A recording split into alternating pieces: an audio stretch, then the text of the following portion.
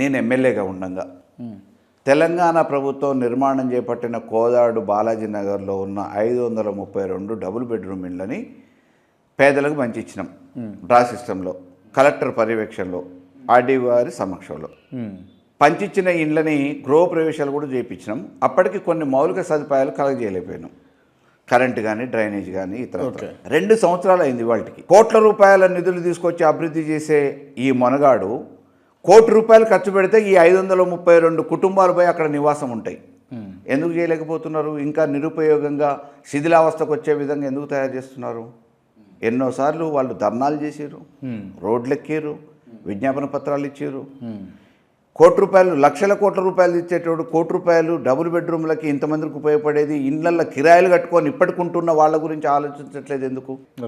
నేను city central lighting చేసిన కోదాడులో. అంతకుముందు ఆయనే ప్రాతినిధ్యం వహించిండు, ఆయన భార్య ప్రాతినిధ్యం వహించింది కోదాడులో. సెంట్రల్ లైటింగ్ గురించి ఎందుకు ఆలోచన చేయలేదు? రోడ్డు వైడనింగ్ ఎందుకు చేయలేదు? ఎప్పుడు చీకటిగా ఉన్న అంధకారంలో కోదాడని ఎందుకు మగ్గనిచ్చే పరిస్థితి తీసుకొచ్చారు?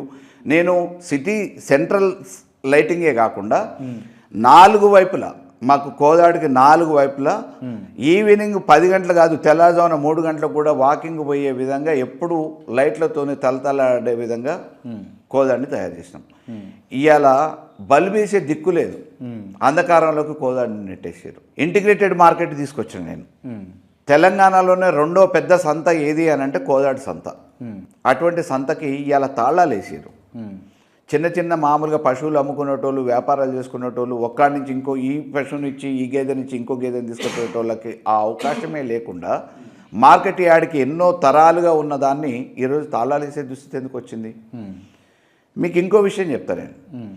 మాది గ్రామ పంచాయతీగా ఉన్న తర్వాత మున్సిపాలిటీగా మారిన తర్వాత 2 సార్లు మున్సిపాలిటీ ఎన్నికలైనాయి. గ్రామ పంచాయతీలో ఏదైతే సిబ్బంది ఉందో జనాభా పెరిగిన తర్వాత మున్సిపాలిటీగా అప్గ్రేడ్ అయింది తప్ప జనాభా ప్రాతిపదికన గ్రామ పంచాయతీ సిబ్బందిని మాత్రం పెంచలే. 2018 నేను ఎమ్మెల్యే అయిన తర్వాత అక్కడ ఉన్న పరిస్థితిని గమనించిన తర్వాత 2019లో CDMA దగ్గర నుంచి ప్రపోజల్ పెట్టి అనుమతి తీసుకొని వచ్చి పెరిగిన జనాభాకు అనుగుణంగా పరిశుభ్రం చేయడానికి ఆ సిబ్బంది కూడా ఉండాలనే ఉద్దేశంతో అవుట్సోర్స్ నుంచి ఎంప్లాయీస్ని నేను 70 మందిని రిక్రూట్ చేస్తే ఆ 70 మందికి ఈరోజు జీతభత్యాలు ఇచ్చే పరిస్థితి లేదు. వాళ్ళని విధుల నుంచి వైదొలిగి ఇచ్చారు.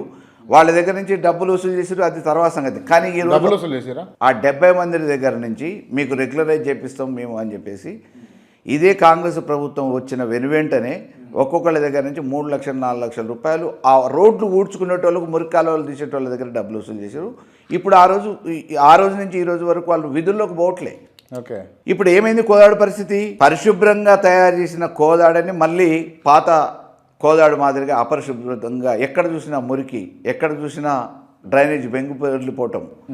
అంతకుముందు రోడ్లు ఏమన్నా చూస్తే మట్టి రోడ్లు తప్ప, మెయిన్ రోడ్ ఒకటి తప్ప కోదాడులో మిగతా అన్ని సందులు గొంతులు ఎటు చూసినా కానీ మట్టి రోడ్లు ఉండేది. నేను గెలిచిన తర్వాత 2019లో వెనువెంటనే 15 కోట్ల నిధులతోని కోదాడు పట్టణాన్ని అంతా ఎక్కడికక్కడ సిమెంట్ రోడ్లు వేపించడంతో పాటు డ్రైనేజ్ వ్యవస్థను కూడా మెరుగుపరిచినాం.